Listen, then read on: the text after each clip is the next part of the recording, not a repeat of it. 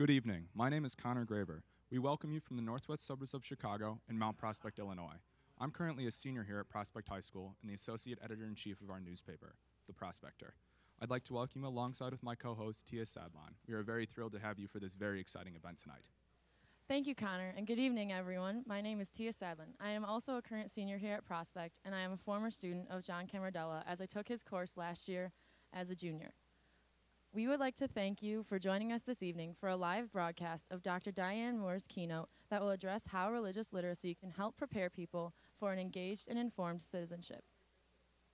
A feature of tonight's collaboration is between the Harvard Divinity School and the Religious Literacy Project and educator John Camardella. The Religious Literacy Project was founded in 2011 by Dr. Diane Moore to sustain the legacy of enhancing public understanding of religion through education. Over the past year, Mr. Camardella has realigned his curriculum to the cultural studies method created by Dr. Moore. Tonight is dedicated to advancing the work of the Religious Literacy Project within public schools. So let's give everyone an idea of how this evening will be structured.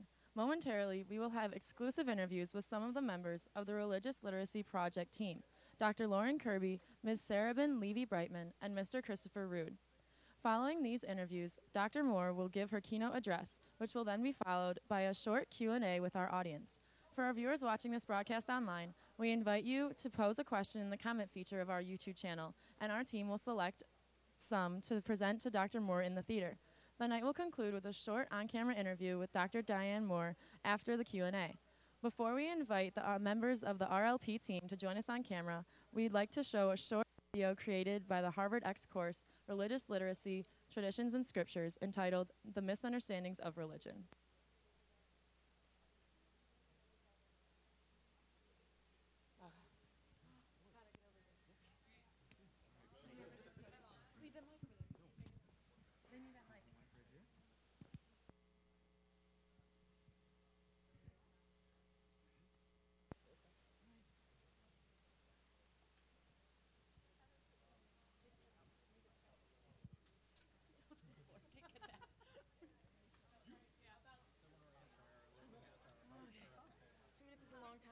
All religious traditions, including deep divisions within local religious communities. In this way, it is always problematic to make claims that begin with Jews believe or Hindus believe because of the vast diversity of beliefs within all religious traditions. The second misunderstanding is the belief that religions are static and separate from the movements of history. In fact, religions exist in time and space and are constantly interpreted and reinterpreted by believers. For example, the practice of slavery has been both justified and vilified by all three monotheistic traditions in differing social and historical contexts. The third misunderstanding is the belief that religions function in isolation from their political, cultural, and economic contexts. The reality is that religions are collections of ideas, practices, values, and stories that are embedded in cultures. Religion and culture are inseparable. Just as religion cannot be understood in isolation from its cultural contexts, it is impossible to fully understand a culture without considering its religious dimensions. Religion is inextricably woven into all dimensions of human experience, and a better understanding of it is crucial for meeting the variety of opportunities and challenges we face today and into the future.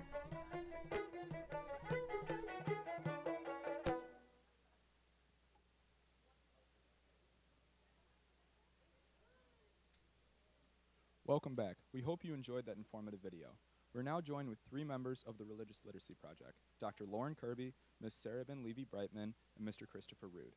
Dr. Kirby is an education specialist at the Religious Literacy Project. She is responsible for the overall design and implementation of religious literacy and the education initiative.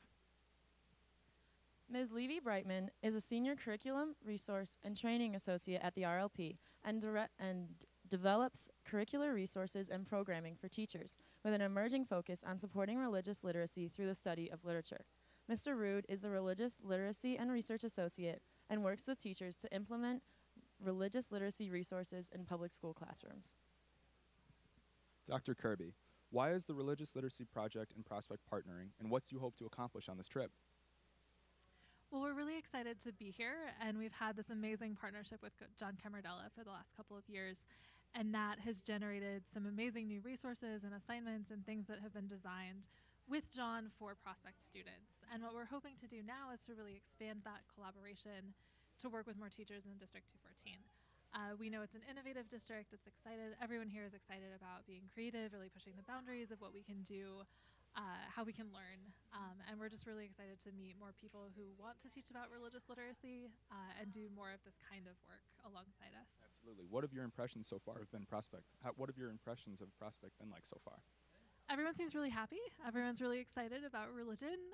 Everyone loves Cuba, John Camardella, for those of you who don't know.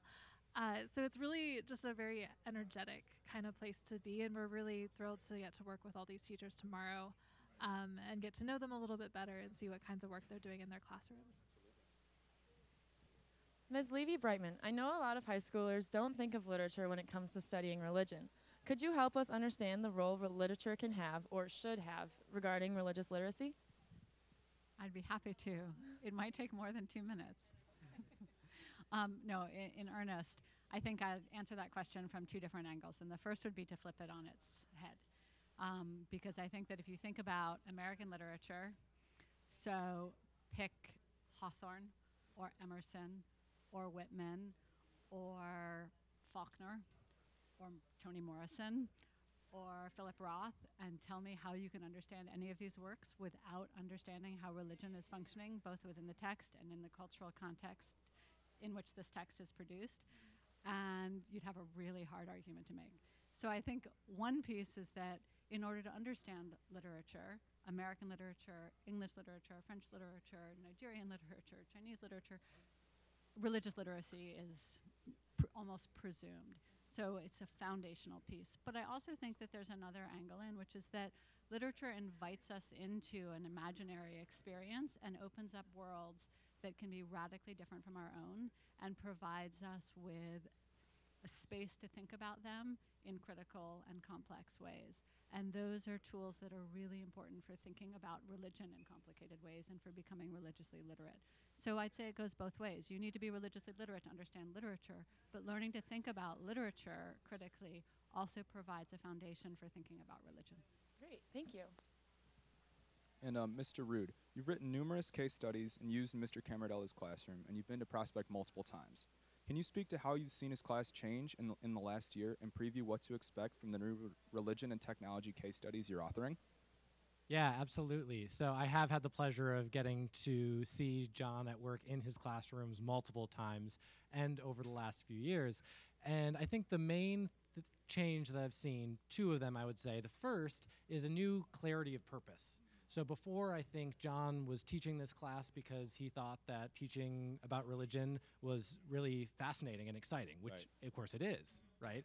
But now he has a new purpose, which is using the tools of religious literacy as a necessary component of being a member of a democracy. And I think that that has brought the class in really interesting new directions. And the second piece would be that he has done a lot of really hard work to give students more choice in what they're studying, to give them agency so that they can study what they're interested in studying. And that, I think, has brought out a much more student-centered pedagogy for the class, which also makes it more culturally relevant for the students who are in the class. As far as the technology case studies that are coming up, I'm very excited about these. So for these case studies, we're thinking about, there's a lot of misconceptions, as we were looking at in the video earlier, right? And we want to be disrupting some assumptions that a lot of people have that religions are maybe against technology or are conservative in a way or stuck in the ancient past, right? But we know that religions are encountering technology in new and interesting ways all the time, right? And so we're going to be asking some really interesting questions like, how are you supposed to, if you're a Muslim who wants to pray 5 times a day and you're on the International Space Station and the sun is rising and setting every 45 minutes, how many times do you pray?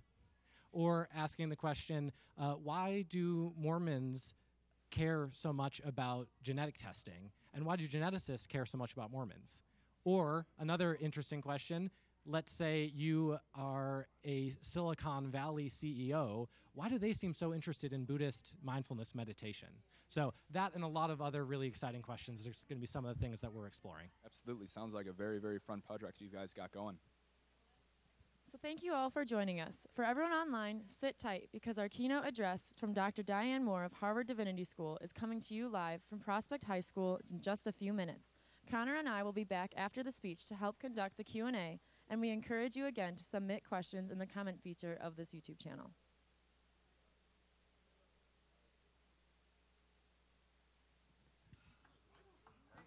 Great job. Thank you very much. Really well done. Thank you. Thank you.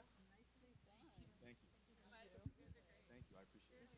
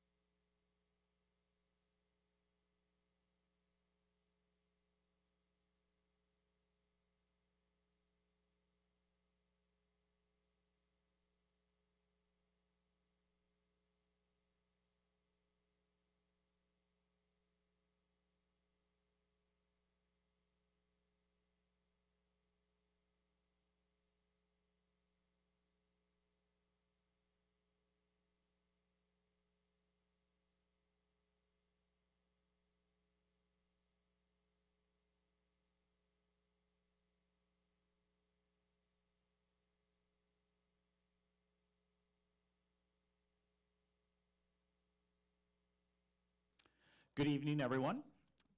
My name is Greg Minter, and I'm the principal at Prospect High School.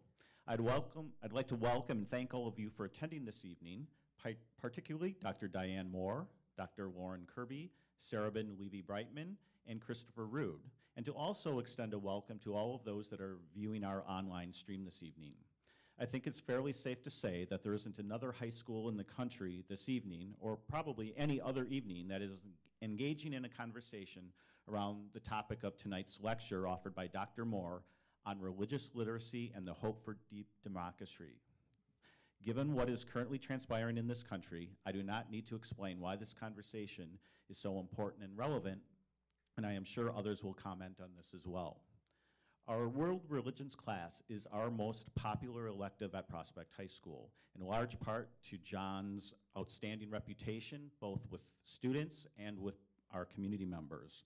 The class offers students the opportunity to better understand the world around them and make sense of things that they might only see or hear about on television or in other news media.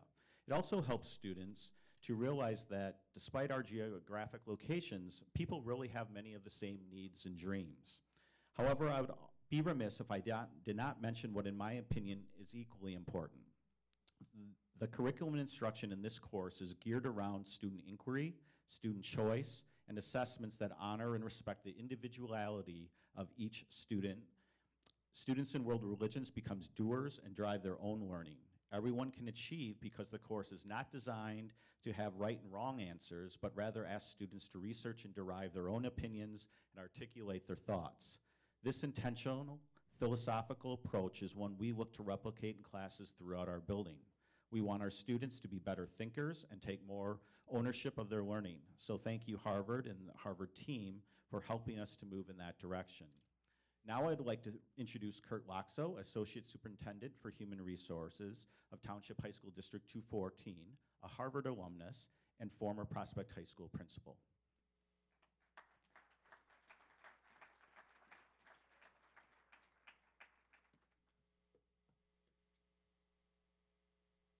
Thank you, Greg, and thank you so much for being in attendance tonight. What a great turnout. This is a phenomenal event, and I am very proud of our students for being here, our parents for supporting this program, and of course, Mr. Carmadello for being such a rock star.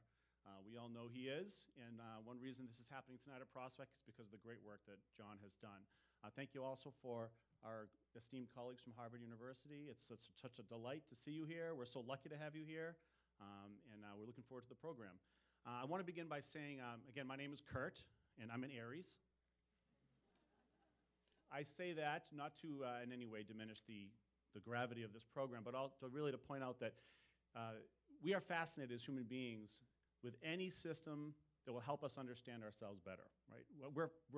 We're driven by this innate instinct to understand who we are, why we're here, where we're going, what the point is, and wherever the system may be, whether it's the Myers-Briggs personality type indicator, which some of you may be familiar with, or the zodiac signs, or various artistic forms, or religion, they're all geared at helping us to know who we are, why we're here, where we're headed, what the point is. And I talked to Mr. Carmadello years ago about his idea for this incredible program that has taken off and become so enormously popular.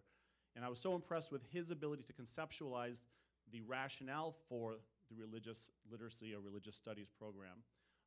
But I was also impressed with his representation as a human being of this drive that all of us, I think, here tonight share, which is to know ourselves better and to contemplate our place in the universe.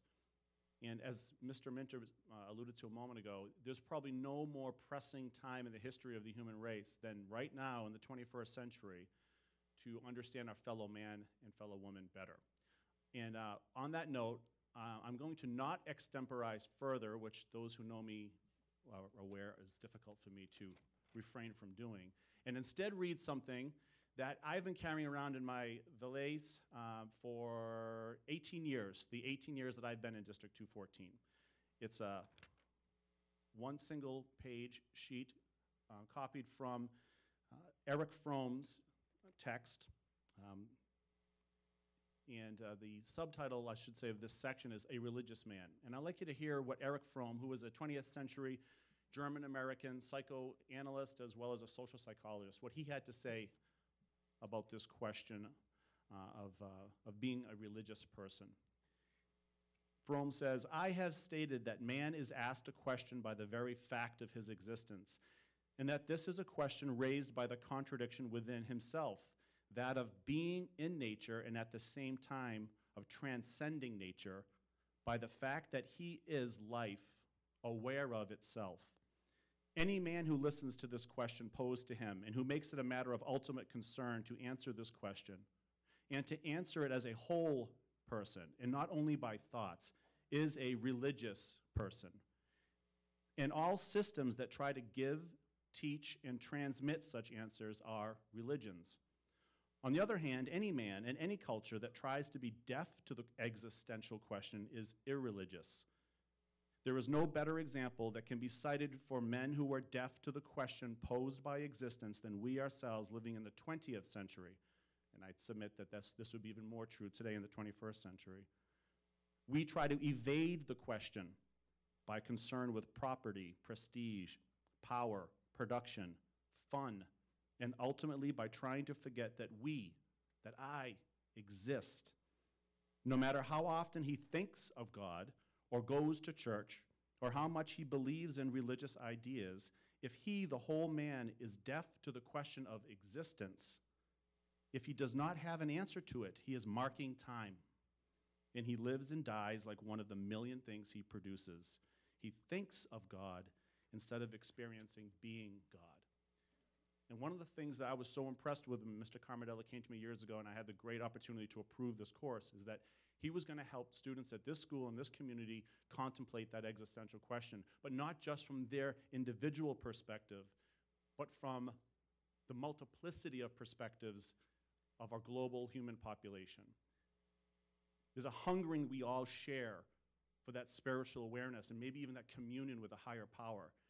And I can think of no better way to help heal the wounds in this nation and in this world, and to bring together human beings in an attempt to harmonize and actually achieve true peace on an equitable level and prosperity that all can enjoy, than helping to understand how other human beings strive to contemplate their selves, their relationship to God, and their place in the universe. So thank you all for making that happen.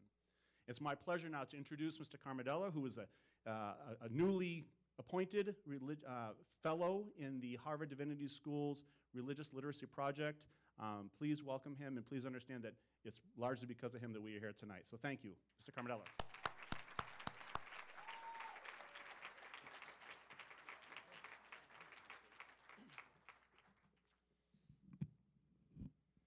So I just really quickly just need to thank everybody who's here, starting with our school administration, moving on to our district level administration.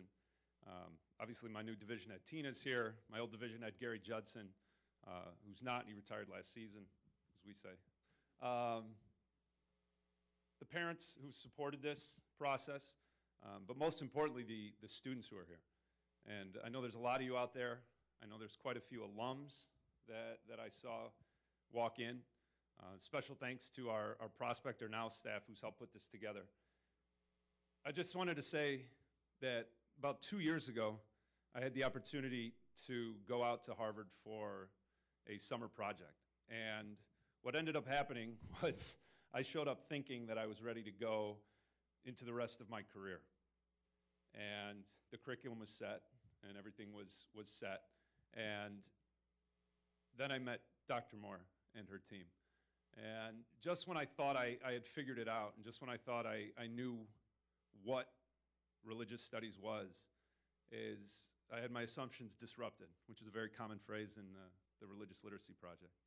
And what I finally came to terms with was, prior to my engagement with the cultural studies method, I needed to be part of the class for the class to work.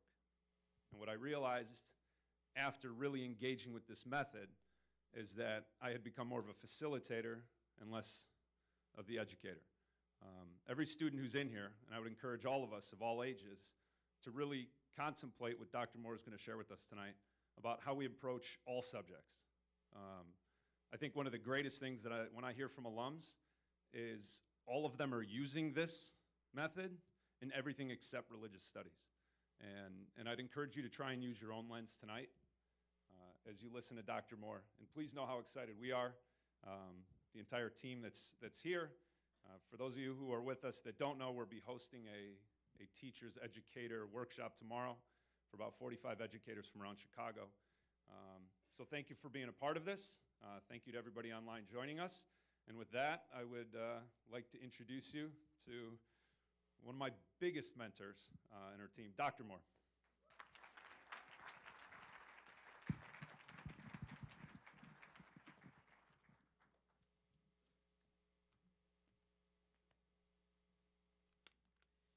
Well, good evening, and thank you, John, and thank you all for this incredibly warm welcome and for the privilege of being with you all tonight.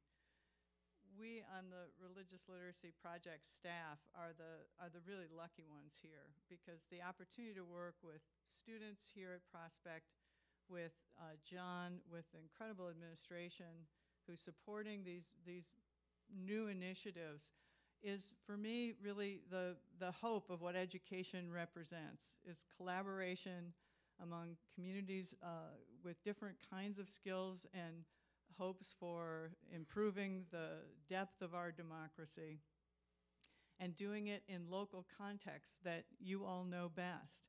And we feel so lucky to be part of this conversation, to be able to collaborate with John and his incredible team of teachers and the students that he attracts. It's been a real privilege for us over these last 2 years. So I want to just say special thanks to all of you for being here tonight, to the parents who provided dinner for us, and all the teachers who are here who are going to participate in the workshop tomorrow. Again, it is our privilege to be with you, and we're really looking forward to learning with and from you about how we at the Religious Literacy Project can help enhance your work. So I also just have to say it's so nice to be back to the Midwest. I grew up in Michigan, and though now my home really is in the East Coast, my family's still from Michigan, so I get to come back pretty frequently, but I love coming back to the land of pop and the land of baths. Baths. They don't know how to pronounce it out there in the East. And it's a lovely place to be, but I will absolutely admit that the Northeast is a snooty place compared to the Midwest. So I always feel really wonderful about being back here.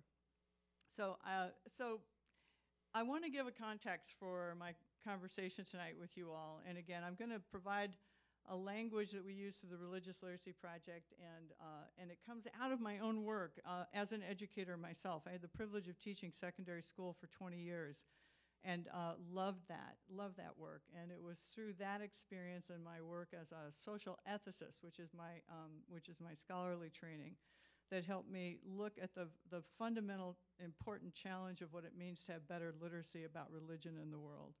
And so you'll hear tonight a way to think about religion, but I want to start first with acknowledging that we are in a really challenging time, I think, here, not just here in the United States, certainly here, but I think in the world. And so this larger question of what it means to think more deeply about our work as educators and as people who care about education, I think is more urgent now than ever. And so before I launch into the conversation about the importance of religious literacy, I think it's really important for us to ask a fundamental question that I think is always relevant for us in education, but I think is especially so now. And this is a question I've written about and thought about myself all the time. Like, what is the purpose of education itself? What are we trying to do in the context of our schooling?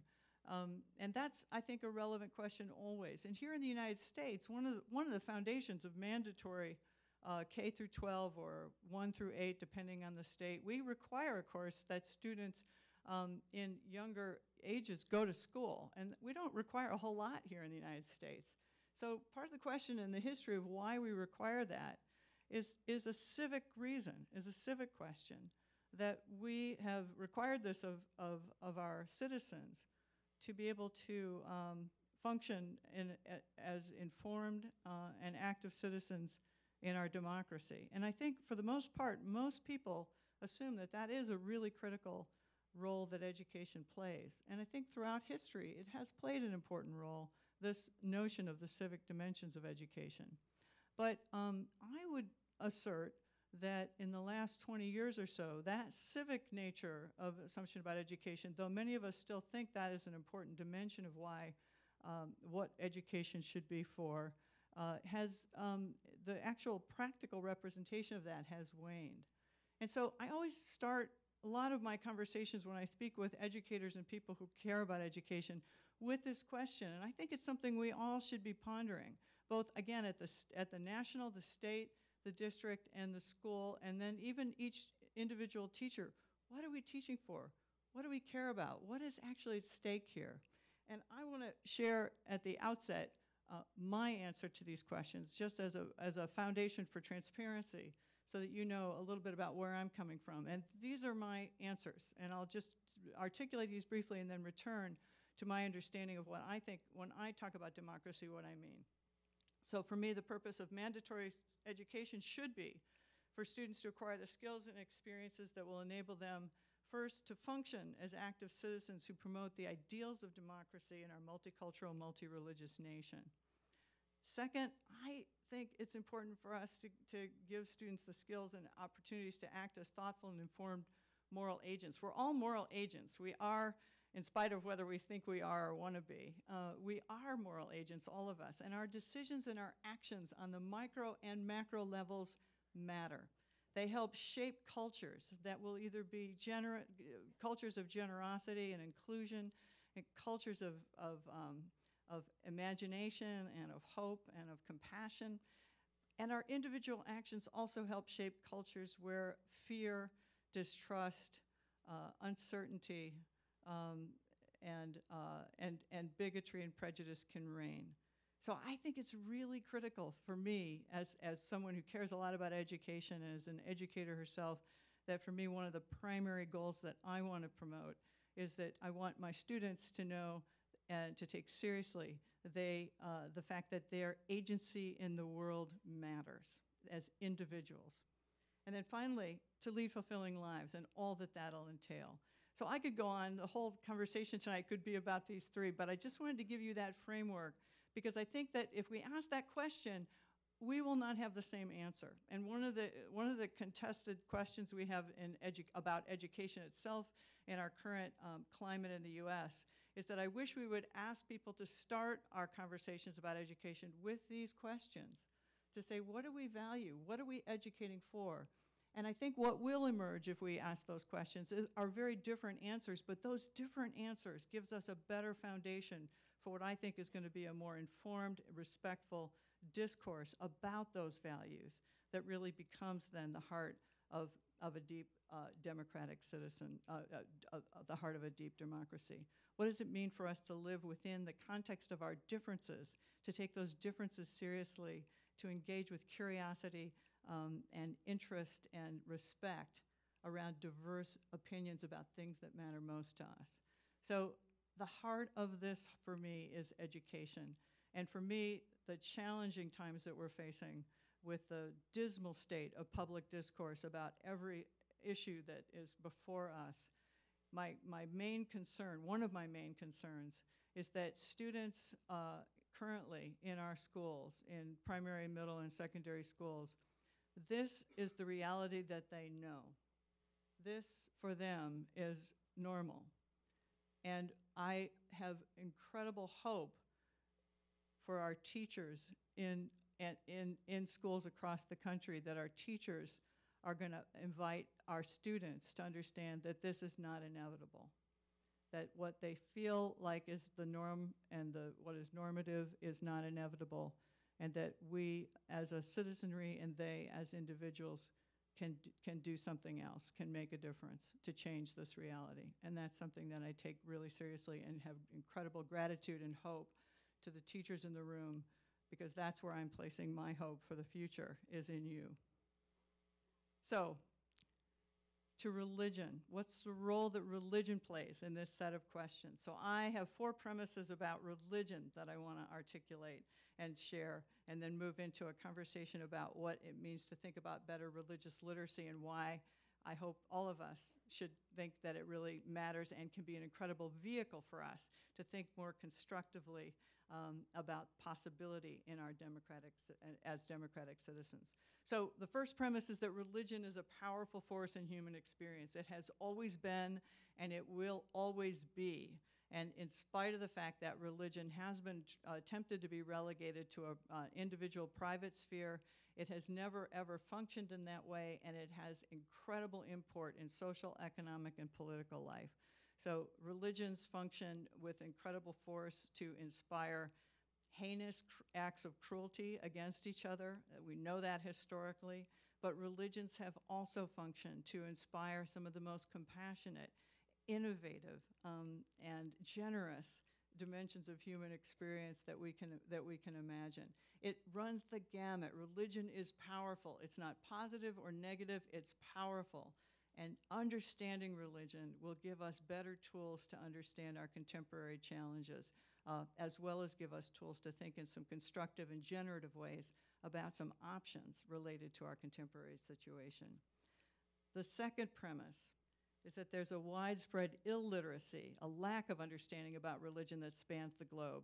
This is an assertion that I make with some humility, except that I started only thinking about this in the United States, but over the last 20 years or so, I've had the incredible privilege of working with teachers in just about in every continent in the globe, and in a variety of different contexts, in Pakistan, in India, in Egypt, in Indonesia, in South Africa, in Tanzania, in Kenya, and I always say this, and and in Texas. And my Texas friends say that that's the most foreign country of all. They're the ones who say that. I don't say that. But so across the US, of course. And one of the things I realized in this incredible experience is that even though there are different contexts, of course, the ways that religion's understood or misunderstood across the globe, actually there are very many similar assumptions that are present. And I've come to realize that that is one of the legacies of colonialism that we don't have time to go into now, but that I saw that there's a universal kind of set of assumptions about religion that is quite widespread, that I think is a problem, and that is here in the US, but not exclusively here. The third assumption is that there are many consequences to this lack of understanding about religion, but the ones I'm most concerned about are the civic consequences, and that a lack of understanding about religion hinders cooperative endeavors in local, national, and global contexts, and it fuels bigotry and prejudice, often unwittingly. And then finally, the fourth premise is that it's possible to diminish religious illiteracy by teaching about religion from a cultural studies framework, which is the method that I'm going to be briefly introducing you to tonight, and that John, we've had the privilege of working with John in the ways that he's been teaching about religion in his classes. So I'm highlighting this because I want to say that there's lots of other ways to think about religious literacy, but we are promoting a particular way that is how to understand religion, less than a set of assumptions or information about religions, and I hope that'll become clear as we move forward. So the examples of religious illiteracy, I'm going to go through these pretty quickly, and I think they'll be pretty self-evident, but religious traditions are often represented as internally uniform and static as opposed to diverse and evolving. Unfortunately, this is a way that many people learn about religion, and many ways in schools. Often the places that religion shows up in schools is in world history or world civilizations textbooks, and the 6th grade, 7th grade, sometimes 10th grade, sometimes in the 11th or 12th grade. And those textbooks, almost inevitably, all of them have what I call the religion centerfold, where there's like a 4 or 5 page chart of religions that then represents, this is the religion unit in these courses, and it'll say like founder, number of adherents, places that it's practiced, and then the ritual beliefs and practices of these traditions. So you'll learn the 4 Noble Truths of Buddhism, the 5 Pillars of Islam, the 10 Commandments of Judaism and Christianity. This is a way we think about religion, and as interesting as that can be, it replicates a very problematic assumption about religion that assumes that religions are internally all the same, and that they're uniform, and that they're ahistorical. And that's a representation of illiteracy about religion. And I just want to make one comment here.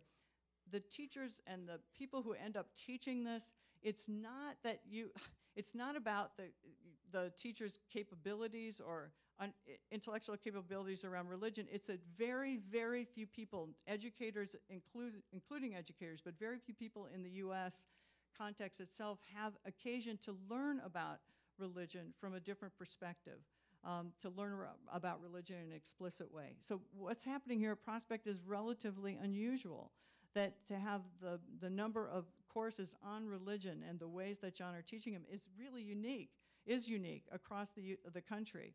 And we'll talk more about that in a moment, but I just want to say that, again, it's lack of exposure about the ways that we understand religion, because without an opportunity to learn about religion in a classroom context, the 2 primary ways that people learn about religion in their lives are through their own faith traditions or none.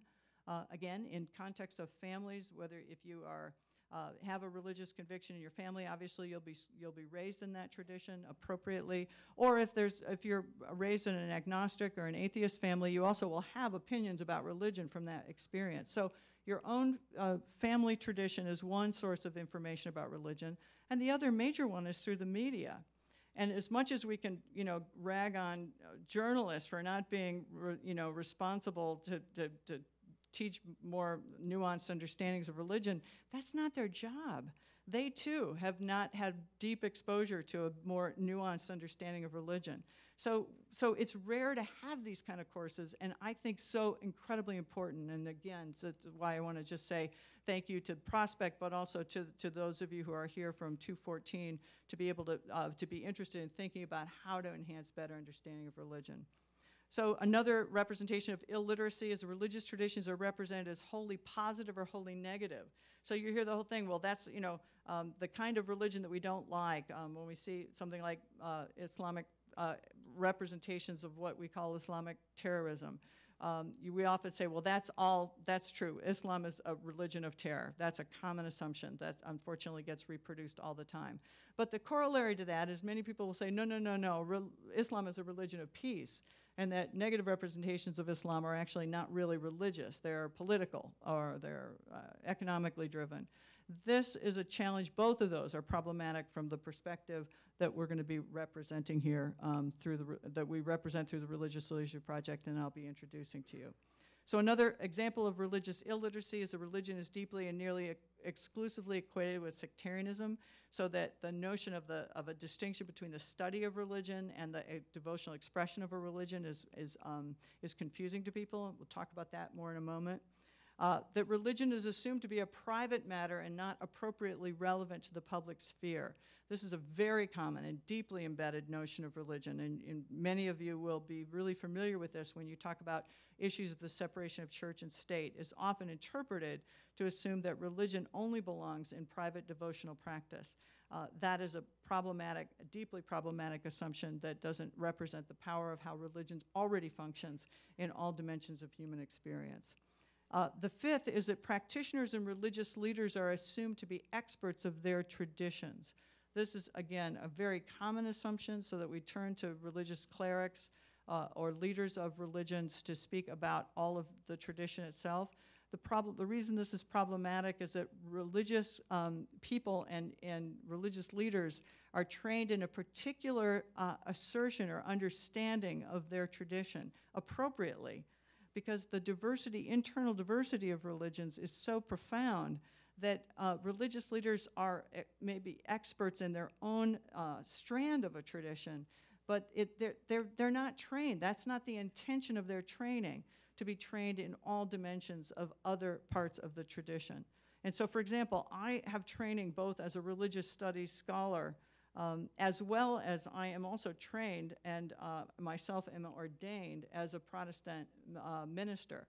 My training as a Protestant minister is really different than my training as a religious studies scholar. They're really both very important. They have a place, but they're different. And this is a really critical key. In my training as a religious leader, I didn't learn about other dimensions of Protestantism or other dimensions of Christianity as an expert. I learned about the particular strand of my own tradition, again, appropriately. So this conflation of religious leaders themselves as being experts in this tradition is common, but a basic misunderstanding of fundamental dimensions of what religion represents. And then finally, conflating devotional expression with assertions of truth about the religion itself.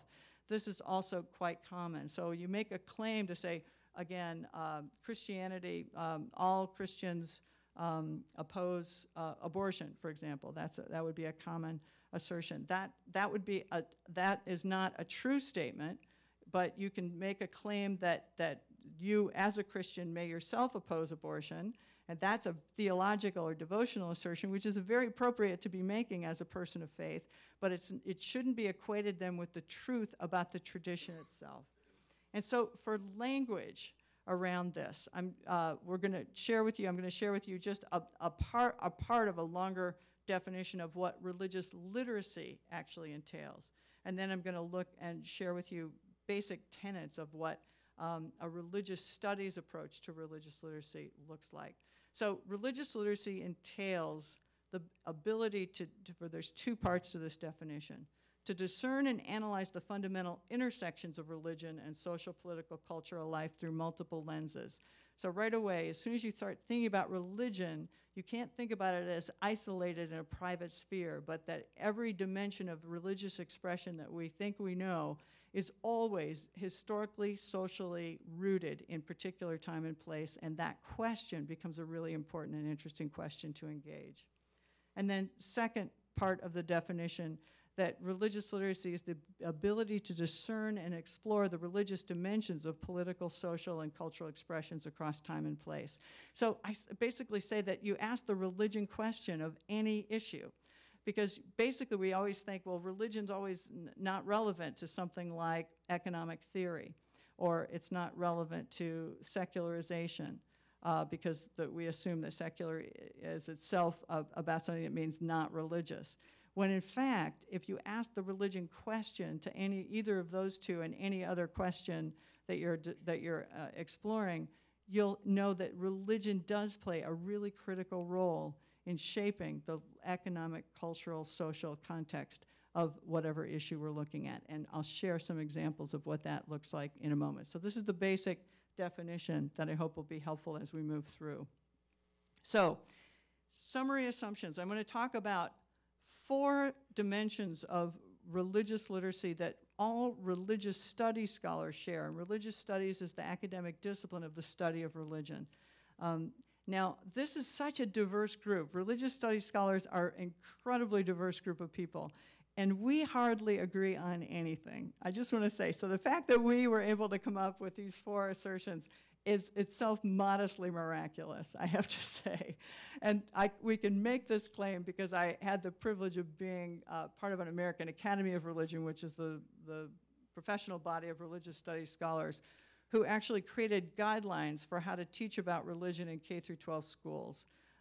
So it's like, you know, historians would write guidelines for what it means. American historians would help write guidelines for states to be able to make decisions about what is appropriate for U.S. citizens to know about American history, for example.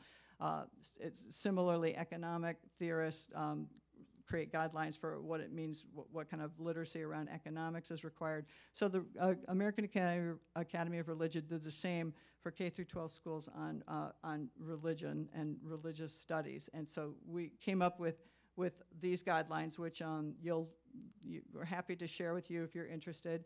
But these are the 4 dimensions, so that if there's nothing else that you walk away from tonight, I hope you will remember these 4 assumptions about religion that are fundamental to a basic understanding of religion. There's a distinction between devotional expression of a religious belief and the study of religion, which is the study of diverse devotional expressions. And so it's a truism in one way. It's kind of self-evident to make that claim, but we conflate them all the time. We conflate the devotional assertion with the truth about a tradition all the time. And so I want to just highlight that. The second is that religions are internally diverse. They are not just internally diverse in the sense that there's diverse sects within traditions, Mahayana, Theravada for Buddhism, Quaker, Mormon, Roman Catholic, different strands, Methodist of Protestant Christianity, different strands of Christianity, Shia, Sunni expressions of Islam. Not only that, that's obvious, but even within those sects, and even within communities within those traditions, and even within families who represent these traditions, religions are internally diverse because religions are living traditions. They're alive, and they are shaped by and are shaped and shape the cultural context out of which they emerge. So that dynamism about religion is an incredibly interesting dimension of religion that, again, when we only think about religion as ritual practice that we think is static and ahistorical, we lose that incredible internal diversity that makes it such a rich and important dimension of human experience. So religions are internally diverse. Religions are historically and socially contingent, meaning they evolve and change. Again, they're not static. They're not just ahistorical. And that they change because, again, of that dimension of living tradition.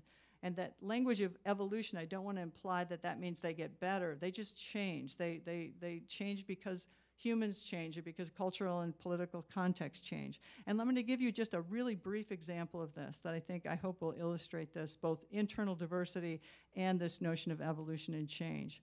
So many of you will be aware of the very powerful presence of religious communities in the debates about abortion that have been pretty consistent now for the last 30 or 40 years.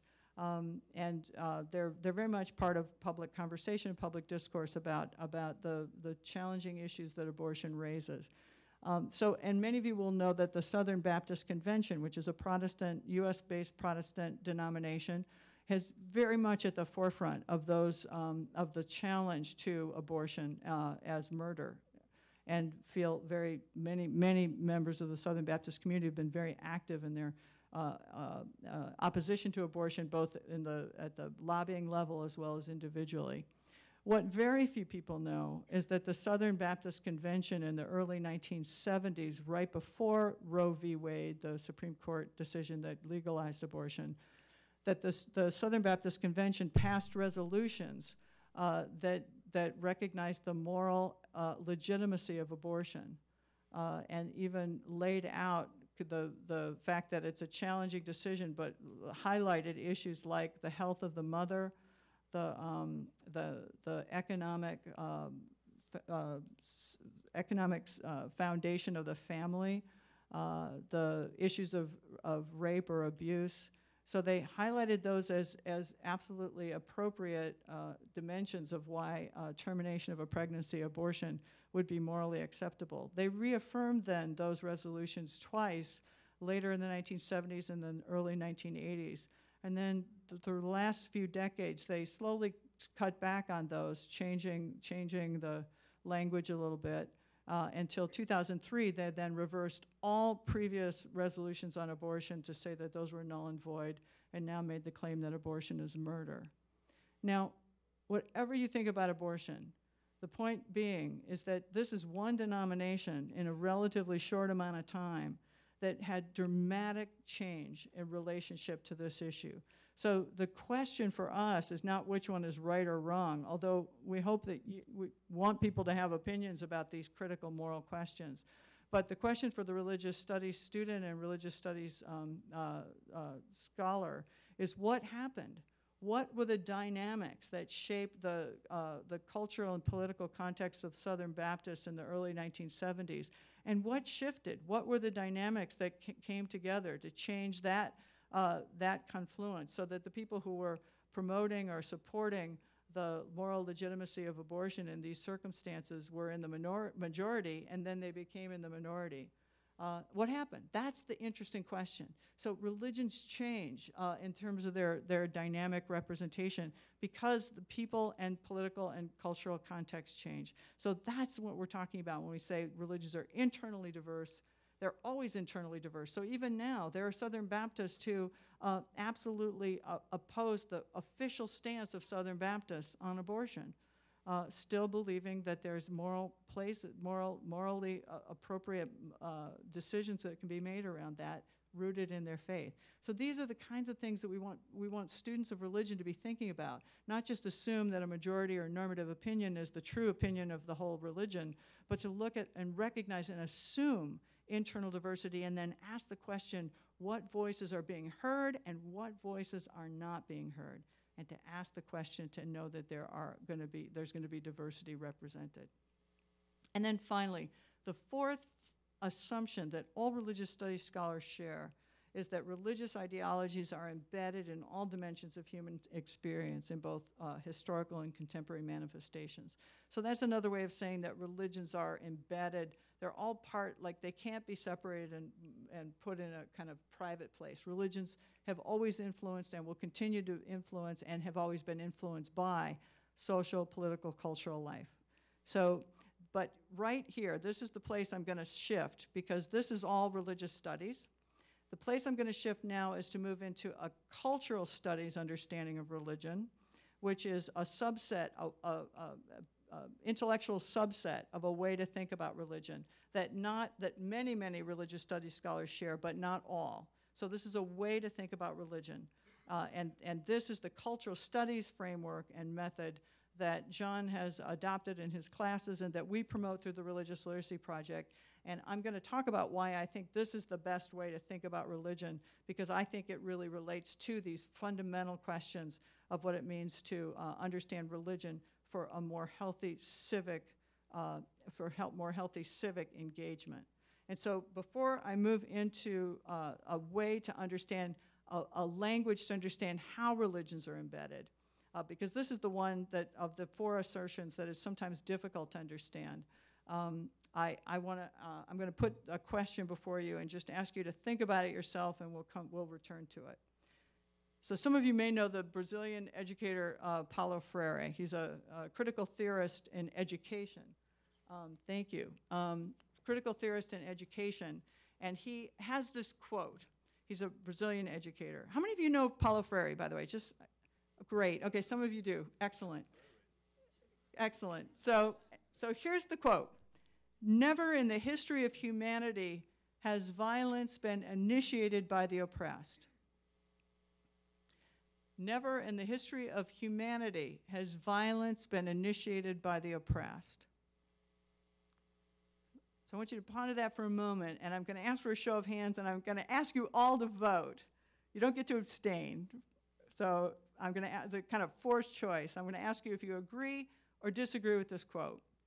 So think about it for a moment.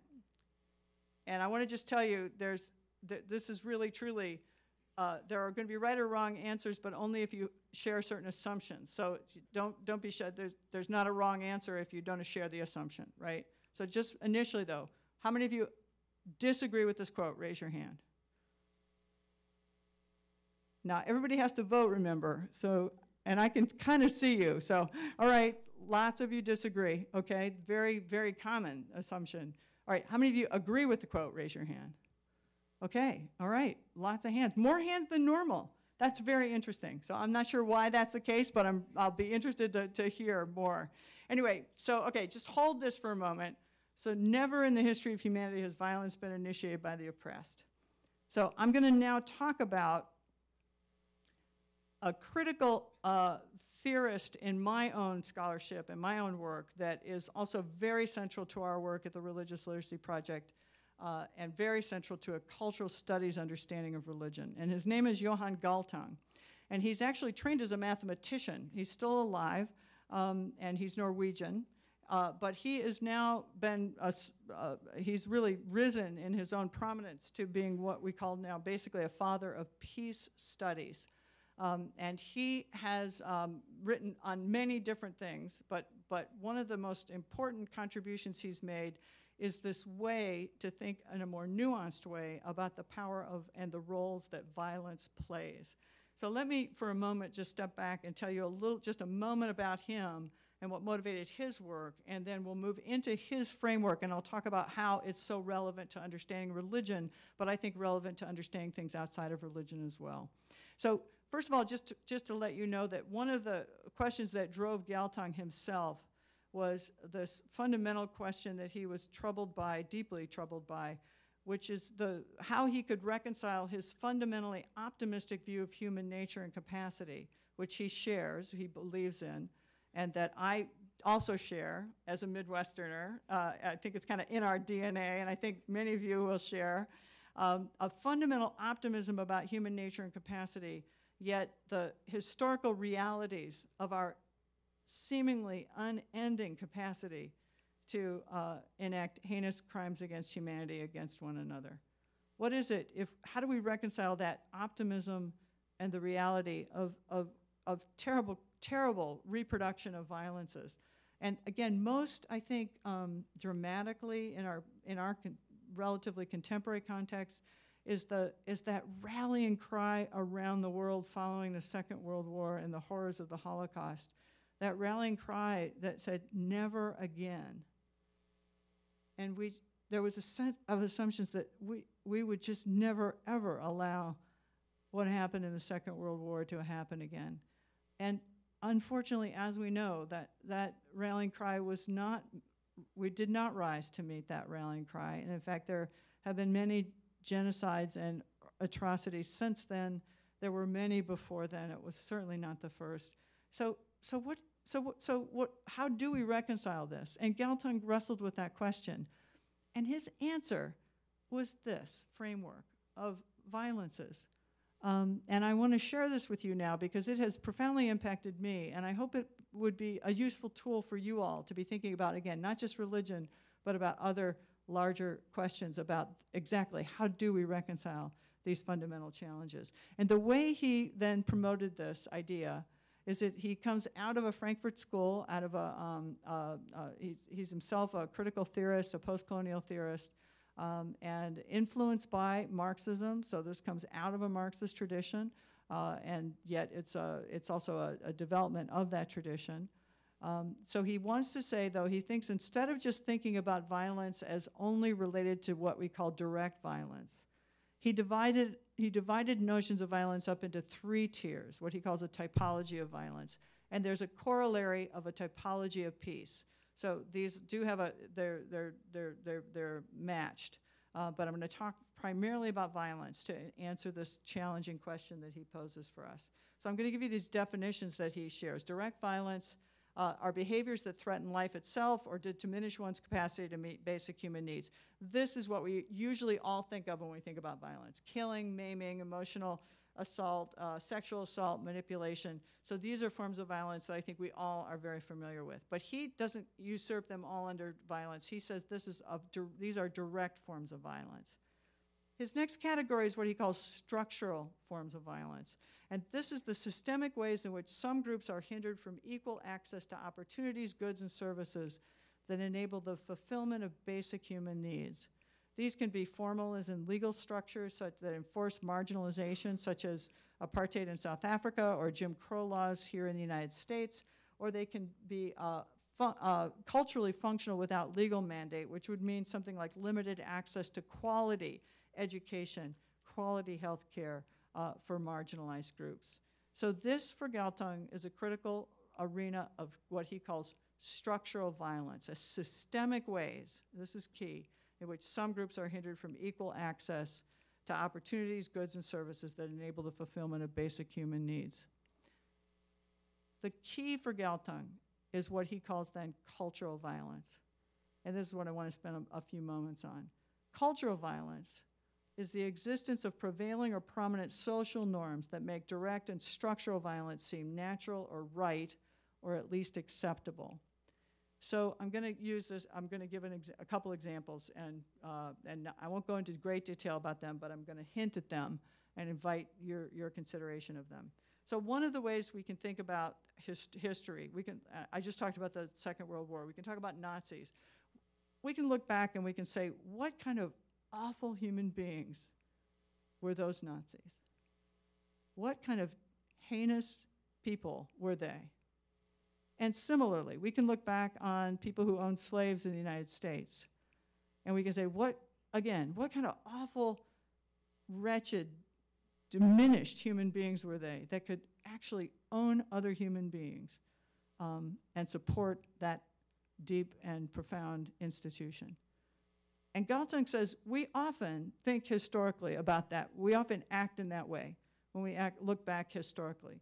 And we kind of look back and we ask the question in that way. And he says there's the subtext of that question is, of course, they are not like me.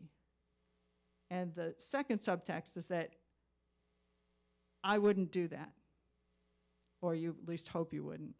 But the idea here is that what kind of awful they is the subtext for how we think about that historically. Galtung says we can do that.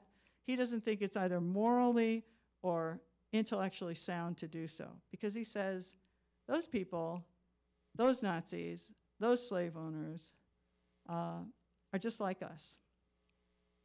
They're people with families and with aspirations and with vocations and with pride in their accomplishments and with excitement about their lives. They love their families, they love their children, they love their communities.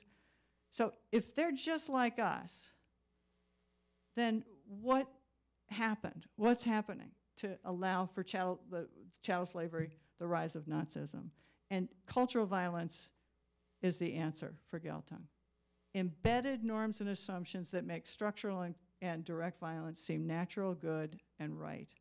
So 2 quick examples on this, around slavery and actually relevant to Nazism as well. Religion played a really critical role in the moral legitimacy of the slave trade. We know that. Chattel slavery and the particular interpretation, Christian interpretation of the biblical text were preached from pulpits on Sunday mornings very regularly in the North and the South that gave moral legitimacy to slavery. We know that. It's a very deep part of our history. I'm going to speak in a moment, not quite yet, but I'm just going to highlight for a moment to say it was also many religious people who engaged in and were part of the abolition movement. But for now, I'm just talking about the cultural violence that gave chattel slavery legitimacy. Another institution that gave chattel slavery legitimacy was the biological sciences. There was a particular dimension of biology called phrenology that was the measure and shape of skull sizes, and that particular scientific endeavor were able to then represent a range of typologies of skull shapes and sizes that would equate then African skull shapes and sizes with very little intellectual capacity and no moral or civilizational capacity, and then had a whole lineage across all different, quote, races that then put the pinnacle of civilizational and intellectual capability to those with skull sizes and shapes that originated in Western Europe. So that was a science that was taught in places like Harvard and Princeton for many years. It was a precursor to eugenics, which of course also had a very strong and important role in Nazism and here in the United States. Again, science that would equate certain kinds of capabilities to biological determinants that were then given racialized representations. So both of those for Galtung would be embedded norms and assumptions that were just considered inevitable, that were considered like they were just self-evident truths because they were so deeply embedded in the cultures of communities that people were taught them. They were taught them in schools, they were taught them in their homes.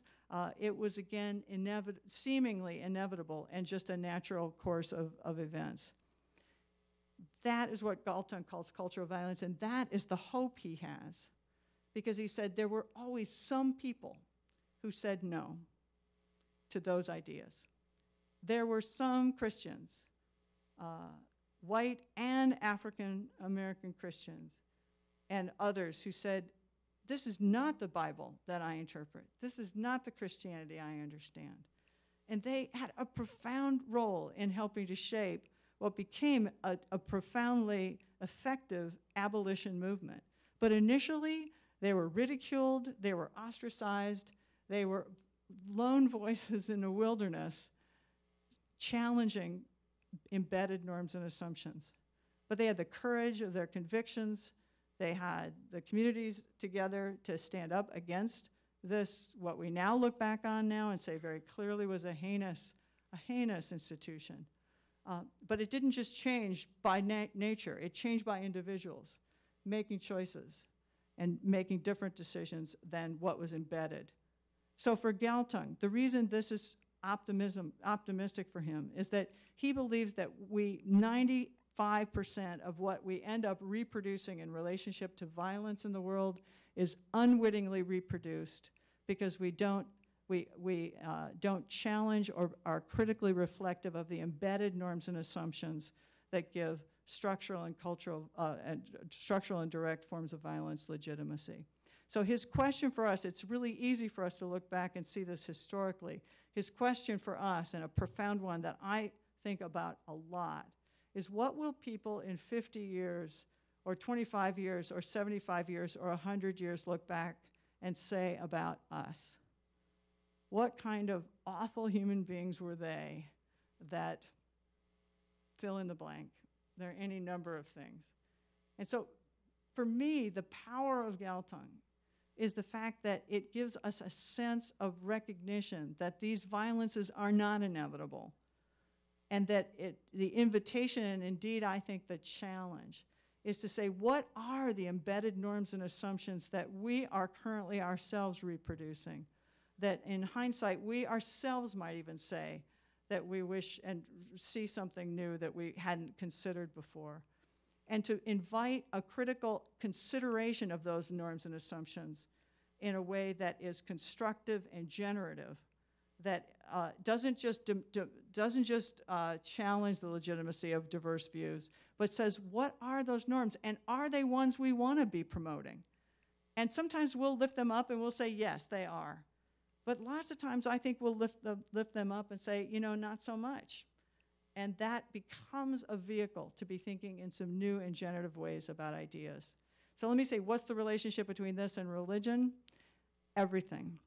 Religion always functions as a form of cultural violence, giving legitimacy to direct and structural forms of violence. It has done so historically. It continues to do so today. But religion has also functioned in profound ways as vehicles of cultural peace. And it's never one or the other. And because religion is such a powerful force, it gives us a language, a way to think in some fresh ways about the challenges we face and the power that religion plays.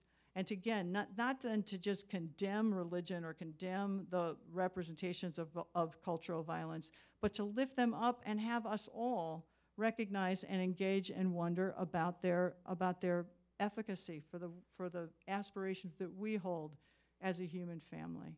And so just quickly, I want to share with you the visual of Galtung's violence triangle, where direct violence is the visible, structural and cultural are somewhat, quote, invisible, although if we ask questions, we'll see them, but they're not tangible in the way that direct violence is.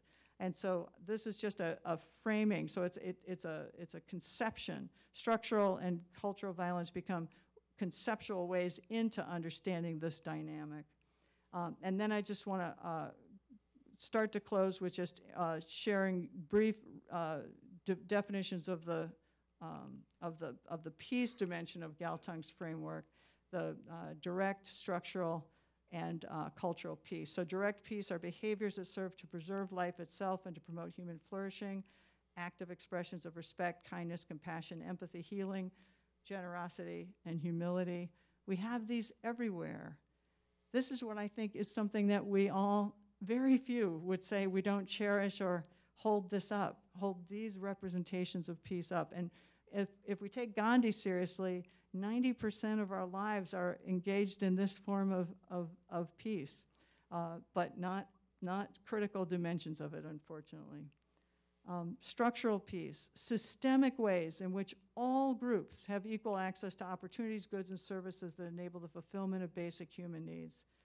Legal structures that enforce equity, affirmative action programs, culturally functional without legal mandate, equal access to quality education, healthcare for all, the ways that we, in our classrooms, will create atmospheres of equal respect and opportunities for every voice to be heard. Education, I think, is a really important counterforce to structural violence, and I think structural peace happens in so many of our schools in ways that are often unrecognized. And then finally, cultural peace, the existence of prevailing and prominent social norms that make direct and structural peace seem natural, right, or good, religious beliefs, et cetera, that promote justice and peaceful coexistence. So back to our Freire quote. Never in the history of humanity has violence been initiated by the oppressed. For those of you who, if we were in a smaller group, I'd ask us to talk together about this, but we are not in a small group, so I'm going to go ahead and anticipate what I think some of you who said that you agreed with this quote understood, and I'm going to invite a consideration for those who disagree with the quote.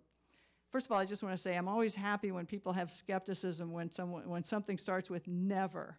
It's always a good thing to be skeptical about. But with this one, conceptually, if you look at and pay attention, never in the history of humanity has violence been initiated by the oppressed. The key here is oppressed and initiated.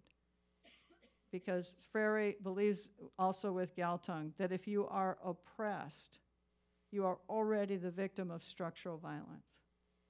And so you can't initiate violence.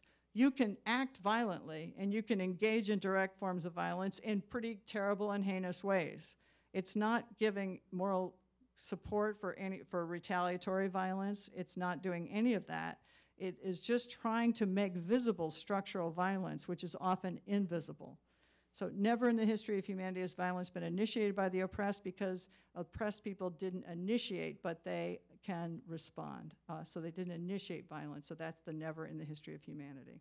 And then finally, I've got one more. I want to say a quick difference of the issues of the different interpretations of democracy. The notion of deep democracy that I am focusing on in my own work, and that I want to encourage us to focus on and to at least lift up, is that the idea, there are very many different dimensions and definitions of democracy, but I'm going to highlight two. And I call them the difference between functional democracy and deep or aspirational democracy. I think functional democracy in our context currently focuses on the individual and assumes the credibility of meritocracy. The way that we think about the individual well-being and the notion that we as individuals can rise on our bootstraps. If we work hard enough here in the US, the story of the US is one of if you work hard and do the right things, that you will be able to rise in the social, economic, and political ladder. And I just want to say the idea of individual achievement and intention, it matters a lot, but Galtung would say that meritocracy is a form of cultural violence because it reproduces and gives credibility to structural and direct forms of violence, because it makes it seem like those who can't sustain or achieve in this system are failing because of their own fault, as opposed to other forms of barriers that might keep them from functioning in productive ways. I am promoting a notion of deep or aspirational democracy that assumes the existence of structural violence and seeks its eradication. And then finally, as a final illustration, and I have gone over my time and I apologize, but the Black Lives Matter movement is one that I know we are all familiar with, and it has been, is a coming off the heels of a civil rights movement. It's a long history. But as you know, we've got the slogan, Black Lives Matter, and churches and mosques and gurdwaras around the country are displaying Black Lives Matter signs in front of their buildings and are engaging in education programs in their communities to support this phrase. But a counterphrase, as we all know, is all lives matter. And you think, how could the notion, my experience of all lives matter is that it's the most generous response. It's like, yes, Black Lives Matter, but actually all lives matter. We have to say all lives matter. That is our aspiration. That has to be the universal code, the universal assertion that we want to then affirm in relationship to our communal well-being together. So I always hear all lives matter very generously, and I understand deeply the power behind it. So my question for you is, in this debate, all lives matter, Black Lives Matter, what do you think Galtung would say? Which one would be a representation of cultural violence, and which one would be a representation of cultural peace? And so again, I'm going to ask you to raise your hand and vote. How many of you think Black Lives Matter is a form of cultural violence? Raise your hands. Okay. All right. And how many of you think Black Lives Matter is a form of cultural peace? Raise your hands. Okay. You didn't all vote. First of all, I know you didn't all vote, but I have no power up here except to acknowledge that happened. So the fact that all of you didn't vote will give you a pass here. So Galtung would say that all lives matter is a form of cultural violence because it masks the structural violence of racism that Black Lives Matter is attempting to lift up. So Black Lives Matter becomes the expression for Galtung of cultural peace, because it's highlighting the invisible but very present experience of structural violence that often gets overlooked and not acknowledged in our communal well-being. And so that if we're only engaged with individual to individual, we lose the framework of structural violence. And for Geltung and for me, and for those of us at the Religious Literacy Project, for us to achieve the incredible aspirations of what we in the United States hold so dear, rooted in the incredible aspirations of our founding documents, knowing of our challenging history and knowing that those documents have always been aspirational and that our understanding of them has deepened and changed over time because we have eradicated legal slavery. We have now embedded the right of women to vote, which were not present in our founding documents. But there's aspirations of those documents that speak about all humans are created equal and that we share and value the equality of the human person and all that that entails. Those are incredibly important values that I hold dear and I hold as a patriot, something that I hold deeply. And for me, the acknowledgement that we still have that structural violence still exists is an important step in helping us achieve those profound aspirations. Because if we don't recognize the existence of structural violence and the power of that perpetuation through cultural violence, I feel we will never be able to achieve those remarkable aspirations. And religion plays an incredibly important role in problematic as well as incredibly aspirational ways. We so much want to be able to give people better language to understand the complexity of religion, to be able to discern its power in particular contexts as a tool to help us achieve this incredible dream of deep democracy that I deeply believe that most of us share, if not all. Thank you very much for your patience and your attention. I'm very grateful. Thank you.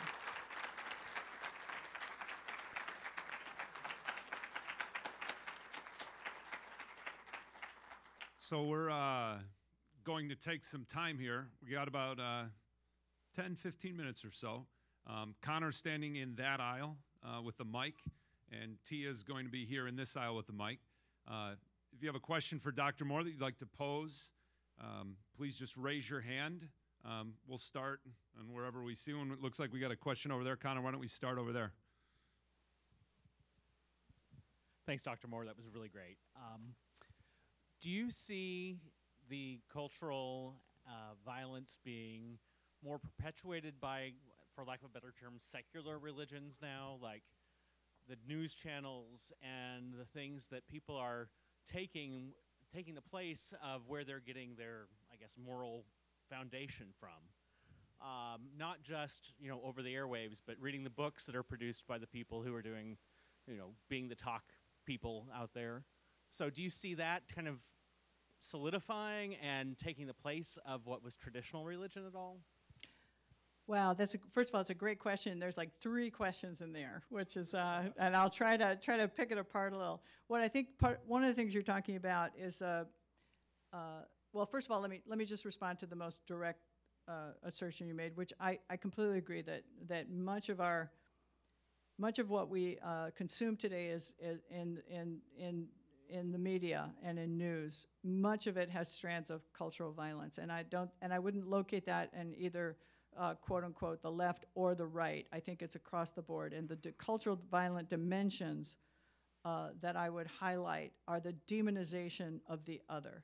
The partisanship that is so profound right now and acceptable socially and culturally is itself deeply a form of cultural violence, a representation, I should say, of cultural violence, because it allows us to diminish the humanity of the other and to discount their legitimacy and to discount our need to understand who they are and their perspectives that they share.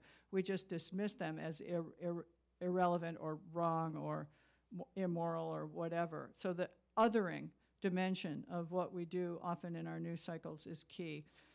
The other piece of your question, though, is I just want to make sure that we don't assume or equate either secularism or religion with positive or negative forces. I think that's a common way we think about secular. Secular is supposed to now be the thing that's universal and is considered valuing human rights, as opposed to religions, which are often equated with not valuing individual human rights. Secularism is associated with being gender equitable in terms of gender issues, and religions are often associated with being, some oppressive against women. I just want to say that both of those are problematic because religions are both, can be incredibly problematic related and promote forms of cultural violence around gender equity, but they can also be and have been vanguards of real promotion of cultural peace out of religious traditions. And similarly, secularism doesn't always function in ways that we would say would be promoting cultural peace. They often will represent forms of cultural violence. So I would say neither of those two categories are either positive or negative. They are capable of influence, and they both do influence, and in fact, they need to be, we need to engage with them and be critically reflective about what actually they are promoting and in whose interest they're representing. But thanks for the question. Thank you. Can we turn on up the lights? Because I can't see anybody, and I don't know if you can see anybody but me, but the audience is a really interesting audience, so. Uh-oh, wrong way. Thank you. Good, great. Oh, okay, good, thank you. Okay, so other questions, yeah. I would also like to just thank you again for coming here to Prospect. It means a lot for me. I'm also in the World Religions class, and I think everyone here who's taken the class is just so honored to have you here. Thank you. But my question is, in the same vein that we were talking about secularism, and you mentioned earlier that nothing about our current values or how the current state of the country or the world is inevitable. Is religion itself inevitable within culture? Can you have a culture without a religion? And is there some time in the far future, say humanity survives 5,000 years into the future, and there's a society that considers itself beyond religion? Is that even possible? Great question. I'm so glad you asked it. And now I just realized if there are a lot of students from John's class, that's why you answered the Freire quote you did. That's why. I just figured it out. I should have known. Anyway, thank you for the question. So the assertion that there's nothing inevitable is true in terms of the nature of human engagement, human action, right? That would be a cultural studies framework. So we are the authors, actually, of the cultures that shape the possibilities before us. I will say that religion can be encompassed in what we can call a worldview. So there are many different worldviews. So humanism is a worldview, atheism is a worldview, agnosticism is a worldview. Religions are worldviews. It's how humans make sense of their lives, and then religions also have then institutions that then also support them. It's pretty difficult for not just me as a religious studies scholar, but for anthropologists and sociologists and others to imagine a time when religions won't be part of cultural assumption that not only shape individual experiences of worldview, but also that I want to just say the embedded ways that religions function in what are presumed to be secular societies. So I'll just give one quick example. The United States is a secular country. We have a clear separation of church and state in our Constitution. But when you start unpacking it, you can see the ways that Protestant Christianity is deeply embedded in so many dimensions of our lives here in the United States. A very basic one is, what day of the week will you never have school? Sunday, right? Now, if we were, that's the legacy of Christianity. Other kind of ways that we can think about that are that even, this is beyond us for the moment, but secularism itself is deeply influenced by Christianity. The framing of how we understand secularism is itself deeply Christian. And that's a whole other class, a whole other conversation to have. But so, and our economic frameworks are also deeply influenced by also Protestant Christianity. So there are ways that endures outside of any sense of whether one is actually practicing or believing a particular religious or belief around Christianity. So I can't say I am a science fiction fan, more so now thanks to my good friend here, Chris Rood, who has turned me on to science fiction. So we don't know, but it would be a long time in the future, and again, whether people actually practice religion, I think that will continue, but if it may not. But even if they don't, that our institutions will still have embedded assumptions about religions, and our epistemologies, our ways of thinking. But thanks for the great question. There's a bunch of hands up, so. Great. And I'm going to try to be a little shorter in my answers, so sorry. Thanks so much, Dr. Diane Moore. As a parent here in District 214, I'm just so excited that this innovative approach is happening here in our schools. But as an elementary educator, I wanted to know what influence the Religious Literacy Project has had on elementary curriculum. Great, thank you. It's a great question. So we primarily work with middle and secondary and community college level educators, but the guidelines I mentioned, the American Academy of Religion guidelines, also have promoted a way to think about better religious literacy even in primary school and elementary school settings. And it's really, it's contextually based. It's what it basically is that we don't want people to be reproducing assumptions about religion that they're going to have to unlearn later. So it's just giving people better language about diversity itself through story, through different stories, rather than talk about Native Americans, for example. You would introduce particular stories of different Native tribes, for example, in some elementary context, because I know Native American, learning about Native Americans is part of the primary school curriculum across the U.S. There's also the National Council for the Social Studies has also adopted those same guidelines, these same religious literacy frameworks really recently, and they also have resources also for primary school. So it's relevant and it's applicable, but of course in a different context. If we, in that 500 years when we get more money, which we need to do what we do, we would love to be working with elementary school teachers because because that's a really critical time in education as well. So thank you. Okay. Hi, thanks for being here. How do religious leaders view what you're doing? How do they do it? How do they view? Oh, view. How do they view it? That's a great question. Mostly very welcome, I will say, because the two things that are happening with this approach is it doesn't undermine their legitimacy. In fact, it gives them legitimacy, but the only thing it does is challenge the legitimacy of their voice as authoritative of the entire tradition. And that for some is problematic. But many, I do a lot of presentations with interfaith groups and ecumenical groups and religious communities, and that mostly they find this distinction between devotional assertion and expression and the study and engagement of diverse devotional expressions really compelling and interesting.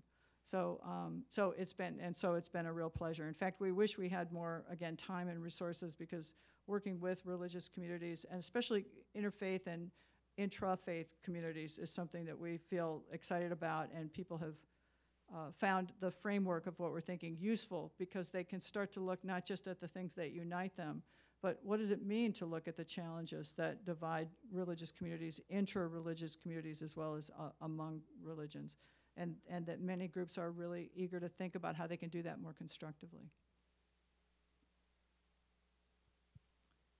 I'm going to let you two choose who.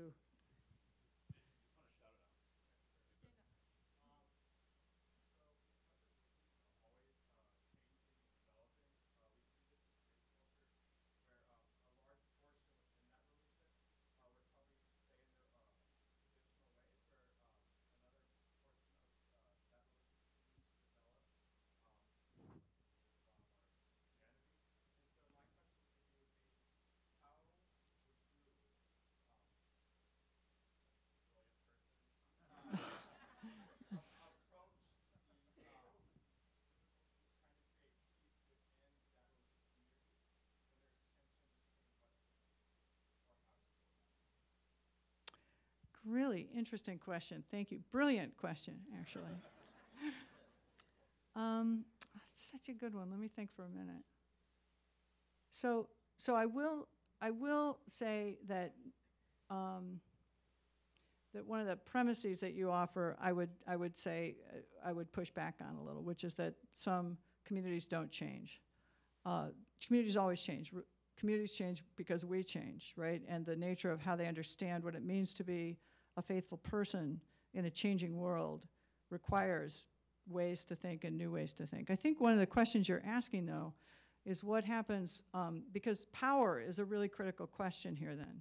It's not just that change happens, but which voices are going to rise to the ascendancy in a given community or a given culture or a given context, and which are going to be more marginal. And that's a rich dynamic in itself. And so I think that to answer your question, rather than say which ones, you know, if they don't change and what does that mean, would be more you as a student of religion, when you're interested in meeting with people in those communities, or yourself a part of that community, is to make room for and assume diversity, even when it doesn't appear that it's there. Because one of the ironies that happens when we equate religion with only the most prominent voice of a given context or place or community is that we end up erasing the voices of those who are themselves struggling for voice. So I'll give an example. There's a very widespread, deeply and unfortunately consistently reproduced assumption that Islam by definition is both terrorist and violent, and that it oppresses women. I mean, that's a common trope that we hear all the time. And so aside from the fact that that's not true, there are all kinds of examples that would disrupt that assumption, that we need people like you to be curious about and then to lift up and to say, well, wait a minute, what about this? You might know this from your class, the Sisters in Islam in Malaysia, which is a feminist, self-defined feminist group of Muslim women who are challenging the patriarchal interpretation of Sharia law there in Malaysia, which is quite conservative and quite normative. And they are this tiny band of women who have existed now for over 10 years, who are producing literature and material and creating courses and fighting this very large behemoth of this institution that does have a very conservative interpretation of Sharia law.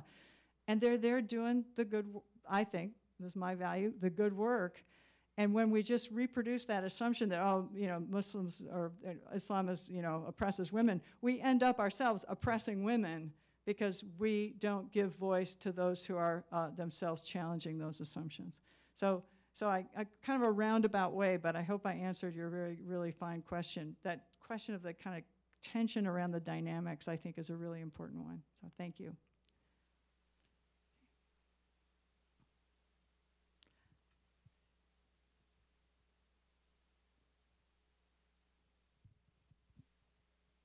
Thank you so much for coming here again.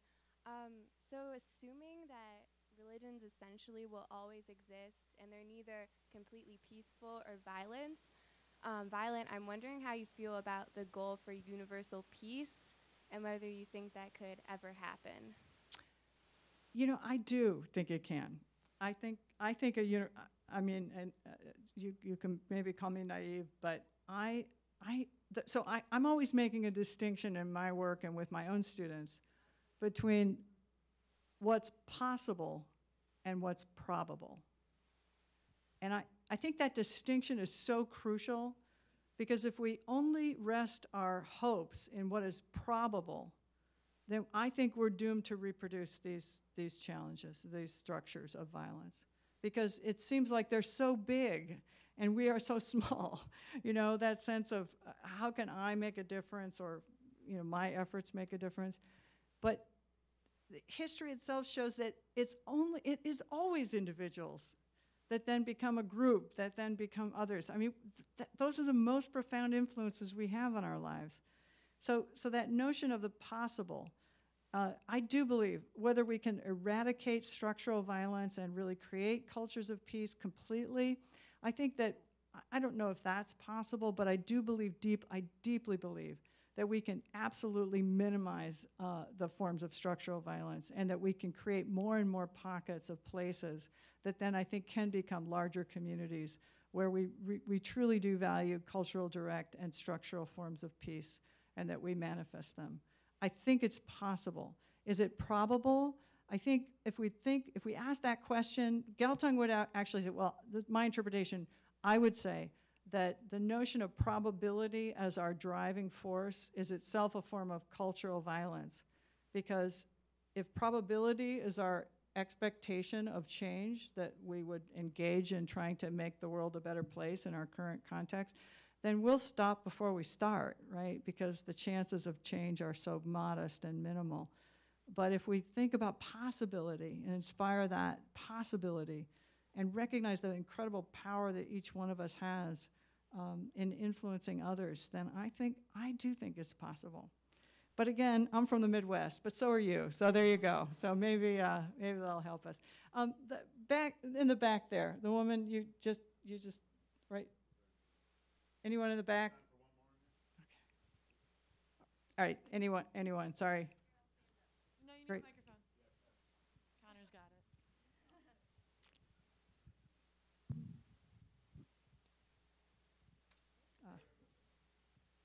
Thank you again for coming out tonight, Dr. Moore. We briefly talked about the way media looks at two opposing sides. We even used the word demonizing. And I just wanted to ask you, what do you think is the first step people should take towards healing those relationships that we have right now? That's a really critical question. I'm going to answer it from two sides. I want to say that I want to clarify to make sure that I'm clearer than I think I was. I don't think all media is culturally violent. I just want to say the extreme forms of media, and I think there are extremes on both ends of our political divides now, are engaged in a very explicit demonization of the other. I think there are other media that are better, and I think media literacy for all of us is a really critical now new skill. Like, how do we discern what's credible? I also want to say media, just a quick seed. Galtung has engaged, and there is now a whole school of thought and internationally that's making quite a bit of headway called peace journalism. And it's not just journalism about nice things. It's not like good news journalism. It's saying, what does it mean to not reproduce the binaries of the right and wrong or the good and the bad in any conflict, which often happens unwittingly, but to look at the complexity of what these conflicts, both the context in which they arise and the complexity of voices that are represented. So any of you who are interested in journalism, I would really encourage you to look into this notion of peace journalism. Galtung has been a pioneer in it, but another really critical person is a person named Lynch, L-Y-N-C-H, who's a former BBC journalist. What to do? I think it's about vocation. I would say all of us, we will have jobs, we'll have professions, but I'm eager to ask everyone I meet, what is your vocation? What gives you, what animates you? What makes you believe? And what are you excited to do? What skills do you bring? And the definition of vocation that I'm going to butcher terribly, because his original definition is much more eloquent, actually he's a theologian named Fred Buechner. And he defines vocation as where your greatest bliss meets the world's greatest need. And that you devote yourself to attending to the need that we see in our world, a place we feel like our incredible gifts we could offer to help repair some terrible damages. I think it happens in small ways. I don't think it happens in large ways. I think large ways happen because lots of small things happen. So that's what I would say, is to take your phenomenal skill that you have and decide where can you make a difference. You probably are already doing it. I trust you are. So thank you for that great question, and thank you all for your incredible patience, and apologies for the long night.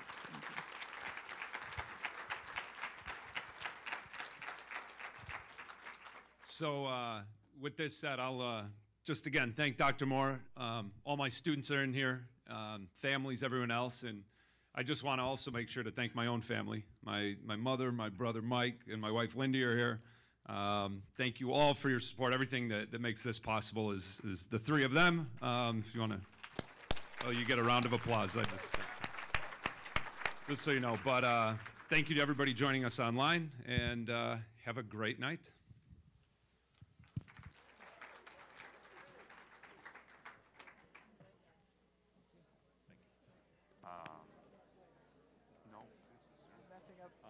Tia and Connor will be ready for you out there. Great. In a couple minutes, and then we've got, as long as you have, we have a chef at home. I'm gonna sneak her out this door. She's got an interview in like 2 minutes. Come on, take it out.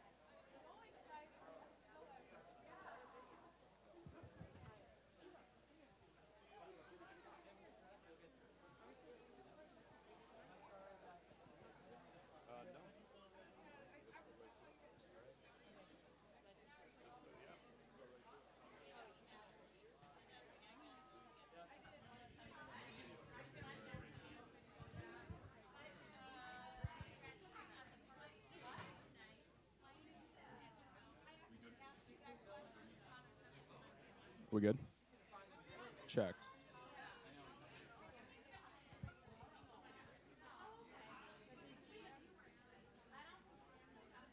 Welcome back. We're honored to be joined by our featured guest of the evening, Dr. Diane Moore of the Harvard Divinity School. Dr. Moore, I was a part of last year's World Religion class that was lucky enough to spend an entire day with you last October. I'd imagine a lot has happened since the last 12 months regarding your work with educators like Mr. Camardella.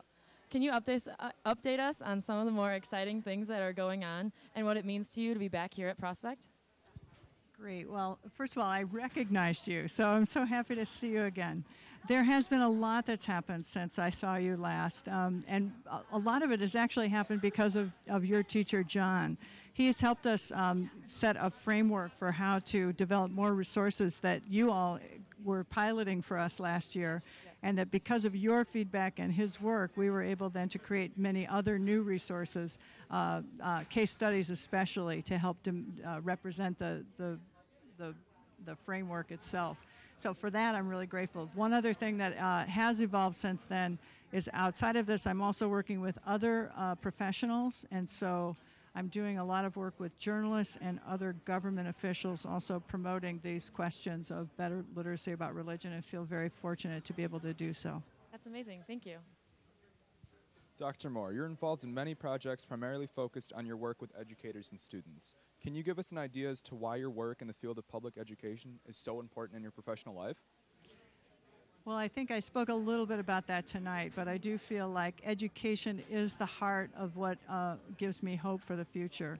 And that when we have education that gives brilliant students like you a chance to really find your own passion and to think constructively and critically about the world. I don't mean critical like to criticize the world, but to think about what are the values that you want to promote for your own lives and for the lives of your own peers and for our future. I feel really excited about that. I think it's the most important work. And it's an incredible privilege to be able to work with students like you, because I think for those of us who are educators, that is where our hope lies. And so I can't imagine another focus, actually. So. Absolutely. Thank you very much.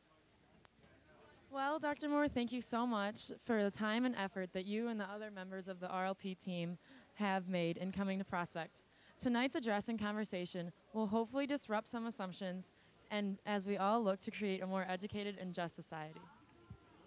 Absolutely. And we'd like to thank everyone who has joined us online tonight for this special event. We hope you found it both enjoyable and informative.